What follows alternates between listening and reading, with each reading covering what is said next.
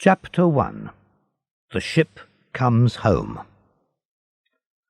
On the 24th of February, 1815, the ship Pharaoh came into Marseille.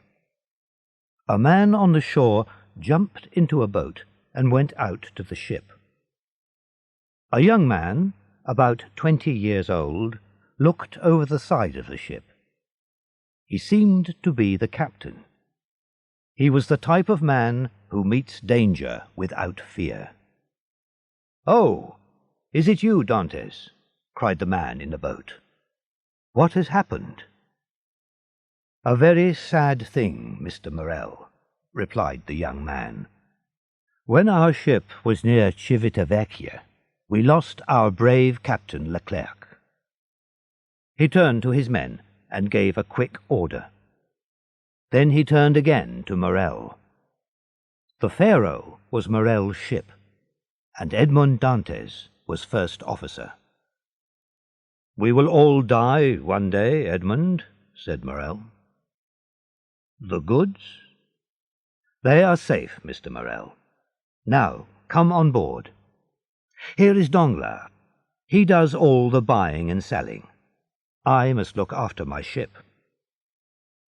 Morel climbed quickly onto the ship and met Danglars. Danglars was about 25 years old.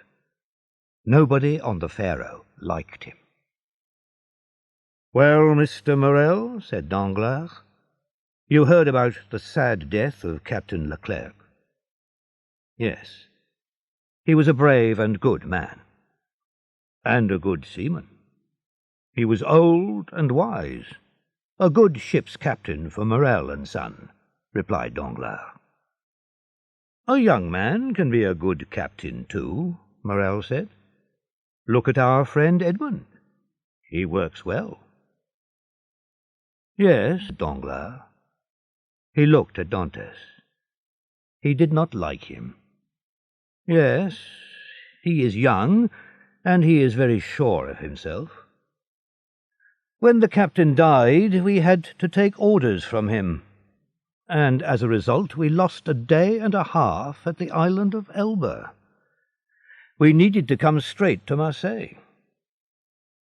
"He has to take the captain's place," said Morel. "He is the first officer. But it was wrong to stop at Elba." "Was the ship unsafe? Did you need to work on it?" "There was nothing wrong with the ship. We stopped at Elba and went on shore. It was a holiday, not work." "Dantes," the ship owner called. "Come here, please." "In a minute, Mr. Morel," answered Dantes. He gave an order to his men. When the ship was safely tied up, Dantes came towards Morel. "The ship is now ready," he said. "Can I help you, sir?" Danglars took a few steps back. "Why did you stop at the island of Elba?" asked Morel. "I don't know, Mr. Morel. It was Captain Leclerc's last order. He gave me a letter for Marshal Bertrand." Morel took Dantes' arm and pulled him close. "And how is Napoleon?" he said quietly. "He seemed very well."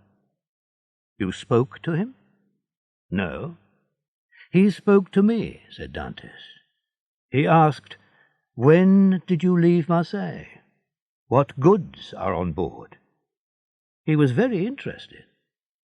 Perhaps he wanted to buy the ship." "I am only the first officer," I said. "The ship belongs to Morel and Son." "Ah," he said, "I know them. The Morels have owned ships for many years. But there was a Morel who was a soldier. He fought with me at Valence." "True," cried Morel happily. "That was Policar Morel, my uncle. He was a great soldier, a captain. Dantes, my uncle will be very happy about Napoleon. It will bring fire into the old soldier's eyes. You were right to stop at Elba, Dantes." But don't tell people about the letter for Marshal Bertrand, and about Napoleon. You will get into trouble." "Why?" asked Dantes. "I don't know what was in the letter. Napoleon only asked me simple questions. Anyone can answer questions like those." "My dear Dantes," said the owner, "are you now free?" "Yes, Mr. Morel," Dantes replied. "Can you come and have dinner with me?" "Thank you, Mr. Morel, but I must visit my father first." "Visit your father, and then come to my house." "Thank you again, Mr. Morel, but there is another person that I must see." "True, Dantes, I forgot. Of course, the beautiful Mercedes. She came to see me 3 times. She wanted news about the Pharaoh." "She has promised to marry me," the young seaman said. "My dear Edmund," said the owner, "that is very good news. Now, hurry away to see your father." "Thank you, Mr. Morel. I have a question. Can I leave the ship for 14 days? "To get married?" Morel asked. "Yes, first, and then I want to go to Paris." "Yes, of course, Dantes. But come back again in 1 month. The Pharaoh can't sail without her captain." "Without her captain?" cried Dantes. His eyes were bright, and he was very happy. "Are you really going to make me captain of the Pharaoh? Oh, Mr. Morel, I thank you for my father and for Mercedes."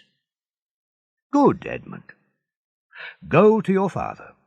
Go and see Mercedes, and then come to see me." "Shall I take you to the shore with me?" Dantes asked. "No, thank you. I'll stay and do some work with Danglars." "Were you pleased with him on this journey?" "Do you mean, is Danglars a good friend?" "No, we aren't friends. We disagreed one day near the island of Monte Cristo, and he doesn't like me. But he works well. I can say nothing against him." The ship owner watched Dantes until he reached the shore. Danglars stood on the ship behind Morel. He also watched the young man as he went away, but he did not look kindly at Dantes. Chapter 2. Father and Son. Dantes turned into a narrow street and went into a small house. "My dear Edmund," cried his father, "my boy, my son, you are here in Marseille. Tell me all your news." "I have some sad news. The good Captain Leclerc is dead. But I am now captain of the Pharaoh. Just think, I am only 20 years old and the captain of a great ship. I will earn good money. I can buy you a new house." "What is the matter, father? Aren't you well?" "It is nothing," his father said. "You need food and a drink. Where will I find food and drink for you?" "There is nothing in the house," answered the old man. "But I don't need anything, because you are here." "When I left 3 months ago, I gave you plenty of money," Dantes said. "Yes, but I paid some money back to our friend Caderousse. He asked me for it." "But you gave Caderousse more than half of the money. Why did you do that? Here, father, take this and send for some food." Edmund put all his money on the table. "No, no," said the old man. "I don't need all that money." "But here comes Caderousse. He knows that you are home. He wants to welcome you." "Hello. You have returned, Edmund," Caderousse said. "Yes, neighbour," replied Dantès. He tried to hide his real feelings. "I am ready to help you in any way." "You are rich now," said Caderousse, looking hungrily at the money on the table. "Oh, that," said Dantès, "that is my father's money. But of course you are our neighbour. If you want money, we will lend it to you." "Thank you, but I don't need anything. I met my friend Danglars, so I heard that you were here. I wanted to see you." "Good Caderousse," said the old man. "He is a great friend to us." There was an ugly look on Caderousse's face. "Well, Morrel is pleased with you," he said. "Are you hoping to be the next captain of the Pharaoh?" "Yes, I believe that I will be the next captain. But, dear father, I must leave you. Now I must visit another person in the town."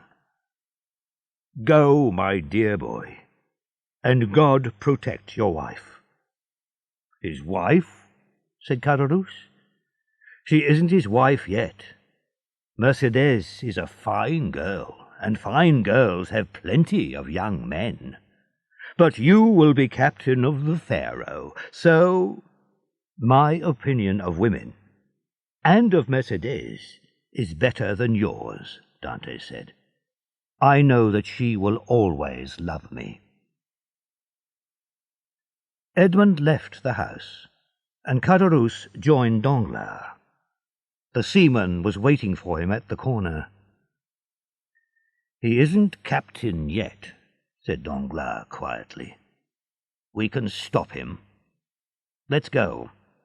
We will stop at La Réserve and drink a glass of wine there." "Right then," Caderousse said. "But you must pay for the drink." Chapter 3. Mercédès. Danglars and Caderousse sat at a table under a tree. In a house about 100 meters away, a young girl was at the window. Her hair was as black as night, and her eyes were as dark and wonderful as the shadow of a forest. "Mercédès!" a voice shouted happily outside the house. "Mercédès!" "Ah!" cried the girl, and she ran to the door and opened it. "Here, Edmund, here I am." Edmund took Mercédès in his arms. The golden sunshine of Marseille shone on them. They were together, the only two people in the world. Edmund and Mercédès walked past La Réserve. Caderousse and Danglars were still there. "Hey, Edmund!" cried Caderousse. He got up from his seat. "Are you too proud to speak to your friends?" "No, my dear man," Dantès replied. "I am not proud, but I am happy. I was thinking about Mercédès." "When is the wedding?" asked Danglars. "Soon. Tomorrow or the next day, here at La Réserve. We hope that you and Caderousse will be there." "Tomorrow or the next day. You are in a hurry, Captain," said Danglars. "I am not a captain yet, Danglars," said Dantès. "But yes, we are in a hurry, because I must go to Paris." "To Paris? Do you have business there?" "It is not my business. Captain Leclerc asked me to finish some work for him." Yes, I understand," said Danglars. And he added, speaking to himself, "To Paris. He is taking Marshal Bertrand's letter there. Ah, I have an idea. Dantès, my friend, you are not captain of the Pharaoh yet." He turned towards Edmund. "A good journey. he cried. "Thank you, my friend," said Edmund. And the two lovers continued on their happy path. "Boy," shouted Danglars, "bring me a pen and paper." "It is a strange thought," said Caderousse. "You can kill a man with a knife, but you can also kill him with that pen." "I will tell you what I am going to do," said Danglars. "Dantès has just returned from a journey. He stopped at the island of Elba. We are going to send a letter to an officer of the government. We will write that Dantès is working for Napoleon. He wants to bring Napoleon back as ruler of France." Danglars wrote, using his left hand.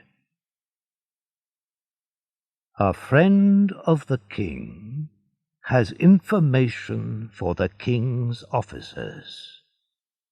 Edmond Dantès of the ship Pharaoh brought a letter from Elba to the followers of Napoleon in Paris. You will find the letter in his coat, or at his father's house, or in his room on the ship." He put the letter in an envelope and wrote a name on it, Villefort. "So, I have done it," Danglars said. "Yes, you have done it," said Caderousse. "But it is a dirty piece of work." He put out his hand to take the letter. The cooks at La Réserve prepared a wonderful meal for the wedding. Many of the men from the Pharaoh were there, and other friends of Dantès. "Shall we start?" asked the sweet, silvery voice of Mercédès. "We must go to the church." Everyone in the party stood up and began to form a line. Suddenly there was a loud noise. A man knocked on the door and shouted, "Open this door in the name of the law!" An officer came in. There were 4 soldiers with him. "Where is Edmond Dantès?" "That is my name," said Edmund. "Why?" "I can't tell you. Someone will tell you the reason later." "Don't be afraid, my good friend," said Dantès. "They are making a mistake. That is all, I'm sure." Dantès went into the courtyard with the soldiers. "God go with you, my dearest," cried Mercédès. "And with you, sweet Mercédès. We shall soon meet again." Chapter 4. The Judge. Villefort, the judge, took a paper from one of the men. He said, "Bring in the prisoner." Dantès came into the room. "Who and what are you?"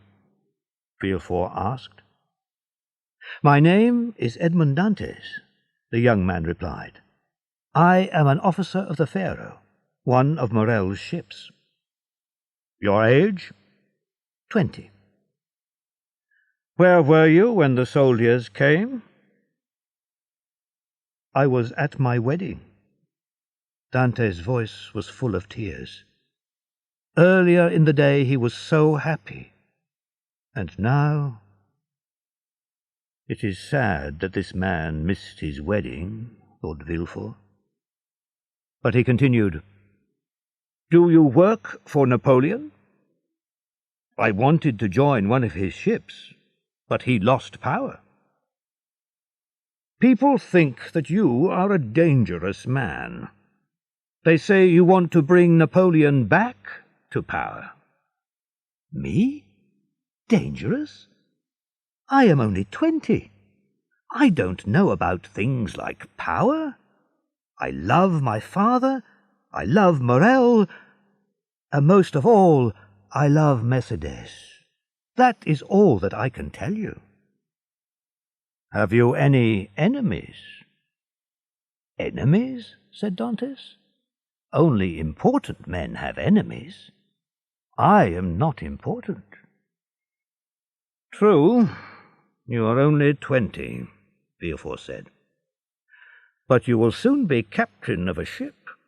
You are marrying a pretty girl. Does someone hate you because you are so lucky? Perhaps. I don't know. You know men better than I do. I received this letter. Do you know the writing? Dantes read it. A cloud of sadness passed over his face. No, I don't know the writing. But the writer of this letter is a real enemy. Now, said the judge, answer me. Are the words in this letter true? No, Dantes replied. I will tell you the facts. Captain Leclerc became ill soon after we left Naples. On the third day, he was very ill. He called to me and said, "Promise me something. It is very important." I promised. After my death, you will become captain. Go to Elba and ask for Marshal Bertrand. Give him this letter, and he will give you another letter. He will tell you where to take it. That is what Captain Leclerc said. And what did you do then? The judge asked. I agreed. Leclerc was dying. On a ship, the last request of an officer is an order. I reached Elba, and I went on shore alone. I gave the letter to Marshal Bertrand. He gave me a letter to take to a person in Paris. I came here, visited Mercedes, and prepared for my wedding. I am going to Paris tomorrow. Ah, said Villefort. Perhaps you were unwise, but you followed the last orders of your captain. Give me the letter that you brought from Elba. Promise to see me again if I call you. You can go back to your friends now. I am free, then? Said Dantes happily. Yes, but first give me the letter. You have it already. The soldiers took it with some other letters. They are on the table. Stop, said Villefort as Dantes took his hat. Whose name and address are on the letter? Noirtier, Heron Road, Paris. Villefort's face went white, and he looked afraid. Noirtier, he said in a weak voice. Noirtier? Yes. Do you know him? No, replied Villefort. I am a true follower of the king. I don't know men who want to destroy him. Noirtier wants to destroy the king? Dantes began to feel afraid. I told you. I didn't read the letter. I don't know what it says. Yes, but you saw the name on the envelope. Of course I read the name. I had to give it to Noirtier. Did you show this letter to anyone? Asked Villefort. No, I didn't show it to anyone, I promise you. Dantes looked at Villefort's face and was afraid. Villefort read the letter. Then he covered his face with his hands. Oh, the judge thought. Does he know what is in this letter? Does he know my real name? Does he know that Noirtier is my father? If he knows this, then I am in danger. He looked closely at Dantes. Then he said, You cannot leave now. You must stay here for some time. I will try to make your stay as short as possible. The only thing against you is this letter." He took the letter from the table and went to the fire. "Look, I am burning it." "Oh," cried Dantes, "you are very kind." "Listen," said Villefort. "You know that I will help you. You will stay here until this evening. Don't answer any questions. Don't say a word about this letter. And don't say the name of Noirtier." "I promise." Villefort called out, and a soldier came into the room. "Follow this soldier," Villefort told Dantes. The door closed, and Villefort fell into a chair. "Oh, my father, if people hear about this letter, it will be the end for me. I must make sure that nobody knows about it." Chapter 5. The Prison. The soldier took Dantes to a small room. Then, at about 10 o'clock, an officer and 4 soldiers took him through the streets to the shore. They put Dantes in a boat. Then they watched him as the boat moved away. "What is happening?" Edmund thought wildly. "The judge was kind to me. He told me not to be afraid. He only told me not to say the name Noirtier. And he destroyed the letter in front of me." Dantes looked into the darkness. They were going out to sea. They were sailing away from everything that he loved. He turned to the nearest soldier. "Friend," he said, "please tell me where we are going. I am Edmond Dantes, a seaman, and a man who loves God and the king. Tell me where we are going." "You were born in Marseille, and you are a seaman, but you don't know where you are going? Look!" Dantes stood up and looked in front of the boat. 100 meters away he saw the black and frightening shape of the rock where the Chateau d'If stands. The prison was about 300 years old. People tell many strange stories about this place, Dantes thought. Prisoners go there and never return. Is this the end of all hope? "I am not going to be a prisoner there," cried Dantes. "Only important prisoners, enemies of the king, go there. Mr. Villefort promised me—" "Mr. Villefort told us to take you to the Chateau d'If." The boat reached the shore. A soldier jumped out, took Dantes' arms, and pushed him up some steps. He passed through a door, and the door closed behind him. He was in a courtyard with high walls on all sides. He heard the feet of soldiers walking around outside. "Where is the prisoner?" a voice said. "Follow me." Dantes followed.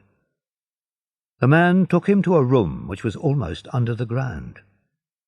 "This is your room for tonight," the man said. "It is late and the governor is asleep. Tomorrow, perhaps, he will send you to another place. There's bread and water and some dry grass to sleep on. Good night." The man left quickly and took away his lamp. Dantes was alone in the darkness and the silence. At the first light of day, the guard returned. Dantes was standing in the same place, just inside the door. The man touched Dantes on the arm and asked, "Haven't you slept?" "I don't know," Dantes answered. The guard looked at him. "Are you hungry?" "I don't know." "Do you want anything?" "I want to see the governor." The guard gave a short laugh and left the room. The door closed. Dantes threw himself on the floor. "What is happening?" he cried. "Why am I in this place?" The day passed. Dantes did not eat. He walked round and round the small room. The next morning the guard came back again. "Prisoner," he said, "are you feeling better today?" Dantes did not answer. "Be brave, man." "Can I get you anything?" the guard asked. "I want to see the governor." "That is not possible," the guard said. "What can I do then?" Dantes asked. "You can have better food, if you pay for it, and books, and you can walk around in the courtyard." "I don't want books. This food is all right. And I don't want to walk around. I want to see the governor." "You can't. Don't ask to see him. I will always say no. You will go crazy." "You think so?" "I know it. There is a man in this prison. He was in this room before you. If you help me, I will give you a lot of treasure," he told the governor. "He was put in a room underground 2 years ago." "Listen, I am not crazy," Dantes said, "and I must see the governor." "Oh ho!" cried the guard, stepping back. "You are going crazy. We will have trouble with you. But there are plenty of places underground." He went out. A few minutes later he returned with 4 soldiers. "The governor has sent orders," he said. He turned to the soldiers. "This prisoner is crazy. Put him underground." The soldiers took Dantes' arms. He went quietly. They walked down 15 steps. Then the soldiers opened the door of a room and threw Dantes inside. The door closed, and Dantes walked around. He held his hands out until he touched the wall. Then he sat down in a corner. It was very dark, and he could see nothing. "The guard is right," he thought. "This place will make me completely crazy."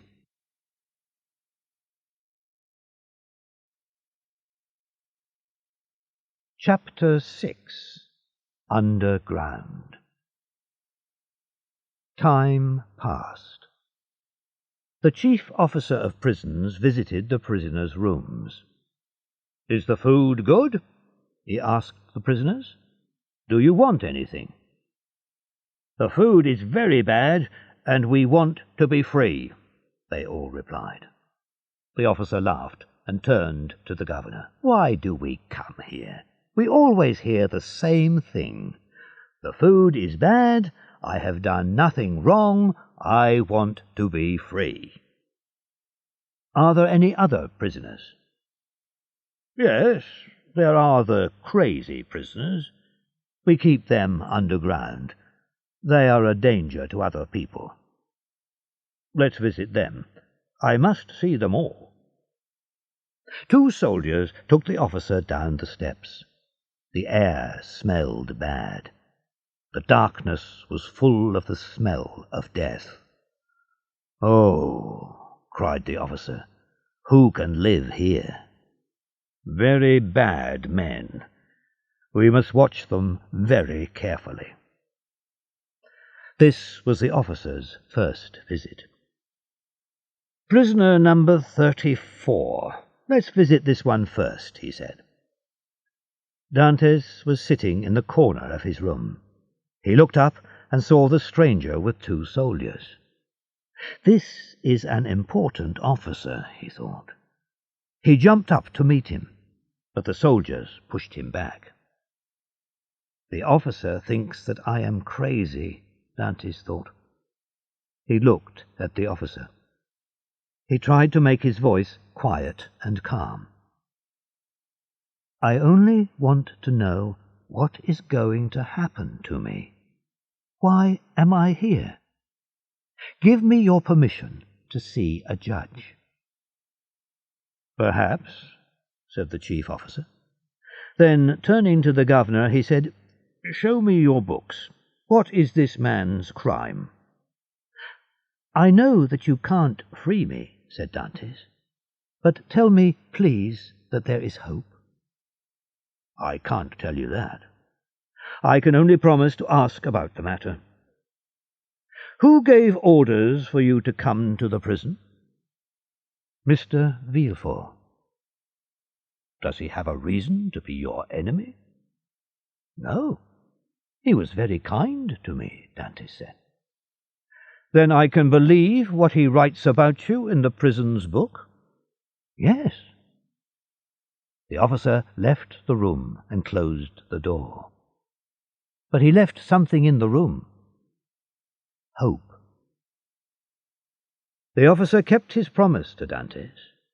He looked in the prison book and found Edmond Dantes, a dangerous man. He helped Napoleon return from Elba. Watch him carefully. "I can't help this prisoner," the chief officer thought. He wrote in the book, "Do nothing." Chapter 7. Number 27. Days and weeks passed. Dantes began to think that the officer's visit was only a dream. Suddenly, one evening at about 9 o'clock, Edmund heard a sound in the wall next to his bed. He listened. Perhaps this is only a dream too, he thought. But he heard the sound again. He heard something fall, and then silence. Some hours later, he heard the noise again, nearer and more clearly. Edmund listened. I know what that sound is, he thought. A prisoner is trying to escape. Edmund wanted to help. He moved his bed. Then he looked round the room for a sharp tool. The only things in the room were a bed, a chair, a table, and a water pot. I will break the water pot and use one of the sharp pieces, he thought. He threw the pot on the floor, and it broke into pieces. He hid 2 or 3 pointed bits in his bed. The next morning the guard came into the room. The water pot fell from my hands when I was drinking, Dantes said. The man was angry with him for his carelessness, but he brought another pot. He did not take away the broken pieces of the old one. Dantes started to work. The stone wall was old and soft, and it broke into small pieces easily. At last he pulled a stone out of the wall. It left a hole 1/2 meter wide. He carefully carried all the small pieces of stone into the corners of the room and covered them with earth. He put back the big stone and placed his bed in front of the hole.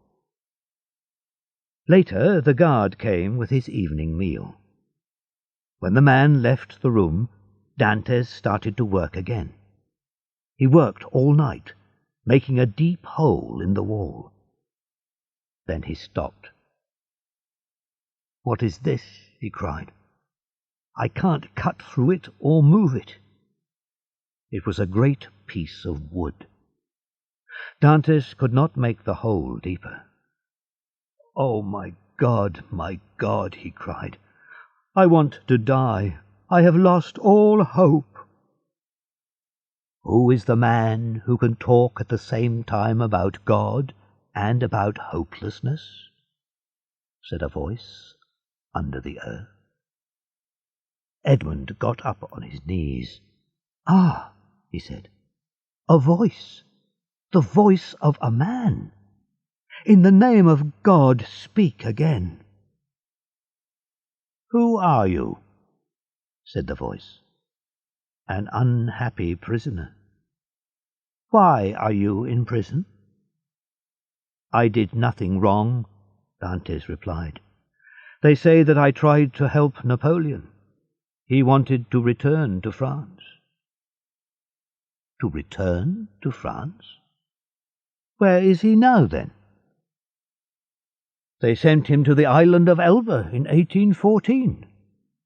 Don't you know that? When did you come here?" "In 1811. 4 years before me." "Don't do any more work," said the voice. "Just tell me, how high up are you?" "At the same height as the floor of my room," Dantes said. "What is behind the door of your room?" "A narrow room, and then the courtyard." "Oh, that is bad," the voice said. "My plan is wrong. I wanted to break through to the outside wall of the prison. And then throw myself into the sea and swim to one of the islands near here. Cover the opening of the hole in the wall. Do it carefully. Stop working on the hole. Wait until you hear from me again." "Tell me who you are," cried Edmund. I am number 27. "Why don't you tell me your name?" Edmund heard a quiet laugh. "Oh," he cried, "please, please don't leave me alone. I promise that I won't say a word to the guards." "I will talk to you again," said the voice. "Tomorrow." Edmund closed the opening in the wall, carefully hid the bits of stone, and put his bed back in its place. The next morning, when he moved his bed away from the wall, he heard a sound. He got down on his knees. "Is it you?" he said. "I am here." Soon after that, part of the floor of Dante's room fell away. Stones and earth fell down into the opening. Then, at the bottom of the hole, Dante saw the arms and head of a man. The man climbed up into the room. Dantes reached his hands out to his new friend. He was a small man, and his hair was white. His eyes were dark, and he had a long beard. He was not strong. "You seem very happy to see me," he said to Dantes. "Your happiness touches my heart." But Dantes knew that the man was very sad. "You worked hard to escape," he said, "but you haven't reached the outside of the prison. This is just another room. But there are 3 other sides to the room. Do you know what is outside those walls? One wall is built against the rock. One is against the lower part of the governor's house. If we get out there, the guards will catch us. And this side faces where?" They looked at the 3rd side of the room. There was a small window high up in the wall, with 3 strong bars across it. The man pulled the table across the room and put it under the window. "Climb on the table," he said to Dantes. Put your back against the wall and join your hands in front of your body." Then prisoner number 27 jumped up onto the table, and from there onto Dante's hands, and from there onto Dante's shoulders. He put his head through the top bars of the window, then pulled his head back quickly. Finally he said, "I thought so." He got down quickly and easily. "He moves as quickly as a young man," Dantes thought. "This side of your room," said number 27, "faces an open pathway. A soldier guards it day and night. It is not possible to escape through any of these walls." Dantes looked at the man. "You really want to escape," he thought, "and now you know that you can't. So why are you so calm?" Then he said, "Tell me, please, who are you?" "My name is Faria," the other man replied. "I came to the Château d'If in the year 1811. Before that, I was in the prison of Fenestrelle for 3 years. "But why are you here?" "As you know, there are a number of small countries in Italy. Each country has a ruler. I wanted to make Italy one great country under one great king. My chosen king tried to destroy me, and now Italy will never be one country. Napoleon tried to make it one country, but he did not complete his work. Poor Italy." The old man's voice was very sad. "Can I see your secret path behind the wall?" Dantes asked. "Follow me," said Faria, and he went into the deep hole in the wall. Dantes followed. Chapter 8. Faria's Room. The two friends passed easily along the underground path. Faria pulled up a stone in the floor, and they climbed into his room. Dantes looked around. "There is one thing that I still don't understand," he said.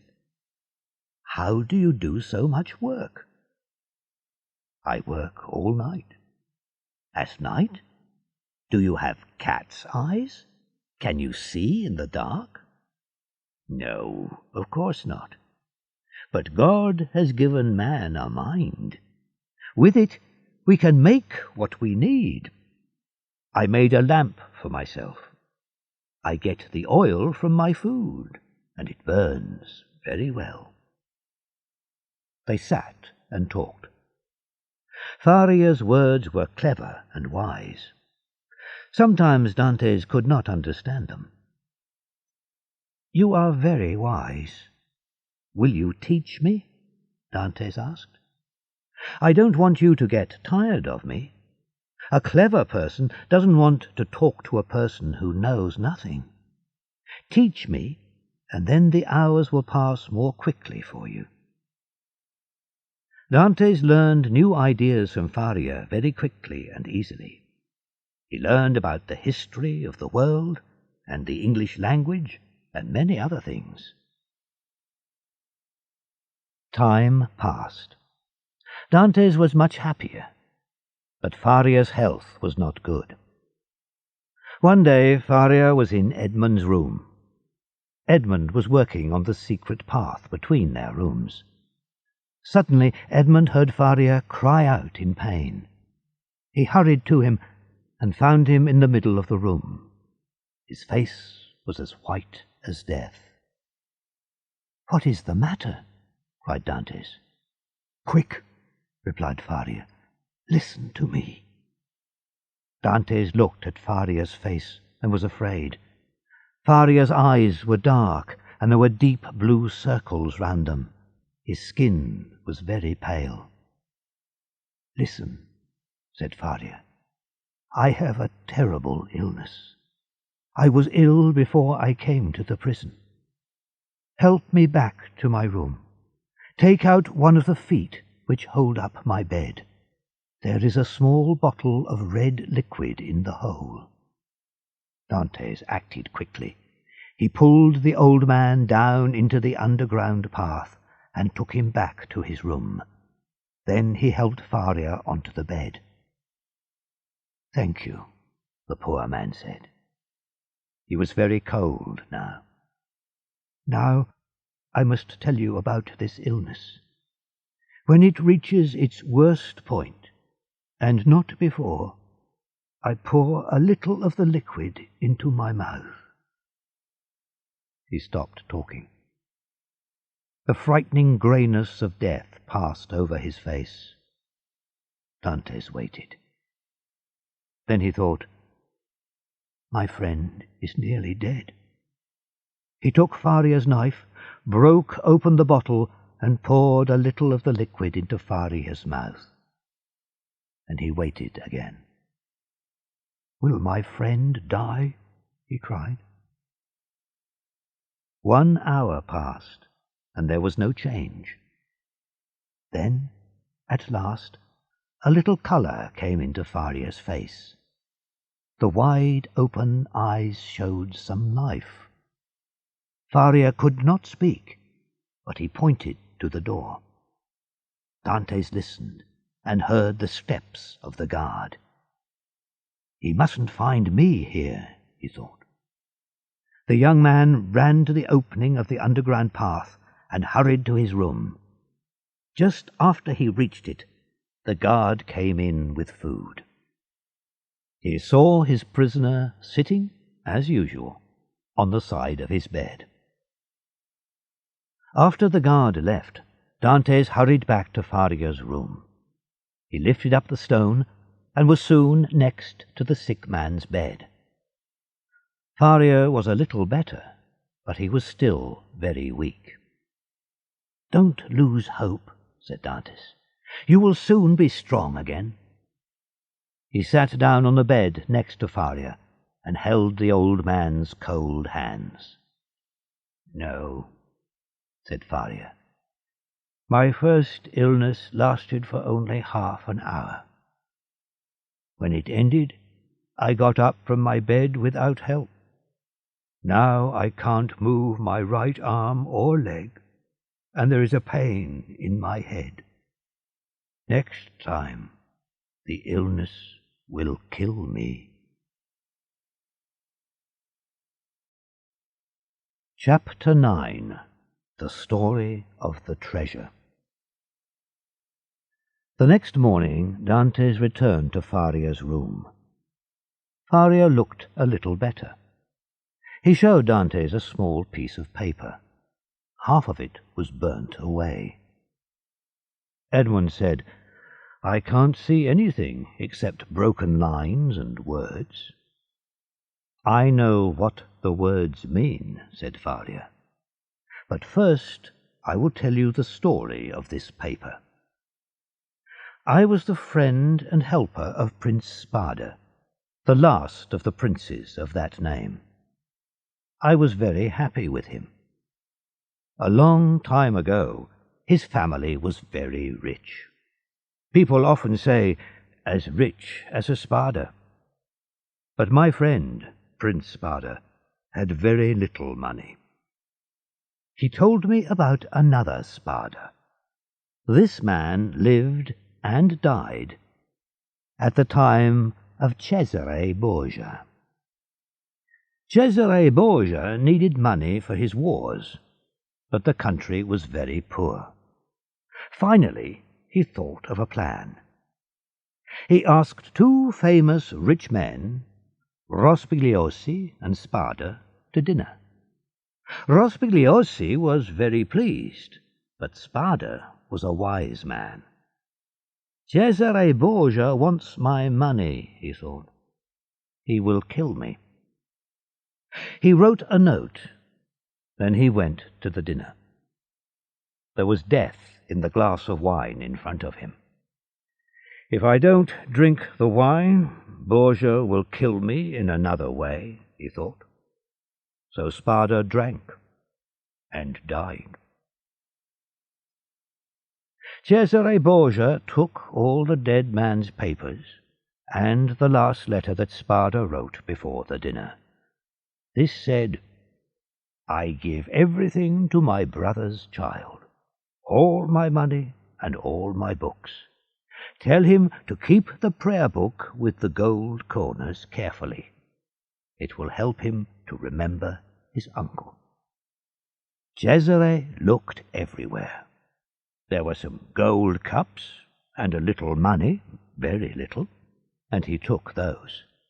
But he could not find the treasure of the Spardas. Years passed.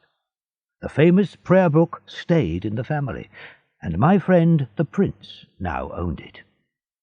Like many people before me, I looked through all the family papers, through rooms full of papers. Where was the treasure of the Spardas? I found nothing. I read the history of the Borgia family. Cesare Borgia took all the Rospigliosi's money, true, but I found no information about the Sparda treasure. I was sure that the treasure was still hidden somewhere. My friend died and left everything to me. He asked me to write a history of the Sparda family. In 1807, a month before I became a prisoner, I was reading some papers. I fell asleep. It was evening when I woke up. The only light was from the fire. I felt for a piece of paper. I wanted to get a light for the lamp from the fire. I didn't want to burn any important papers, but I remembered a piece of plain white paper in the prayer book. I took it and put a corner in the fire. The fire began to burn the paper. Suddenly I saw yellow writing. I quickly put out the fire and looked at the paper. There were words on it. You could only read them when the paper was hot. I burnt a lot of the paper, but the last piece is in your hands." Dantes looked again at the yellow writing. "And now," said Faria, "look at this." He gave Dantes a second piece of paper with broken lines of writing on it. Put the two pieces together. On May the 25th, 1498, Cesare Borgia invited me to dinner.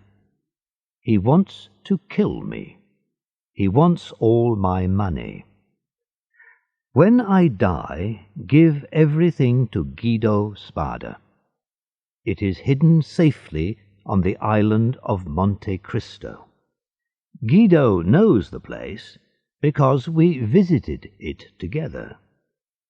All my gold and money are there.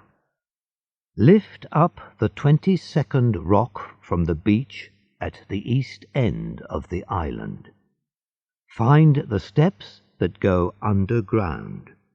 Break into the second room. The treasure is in the northeast corner of the room.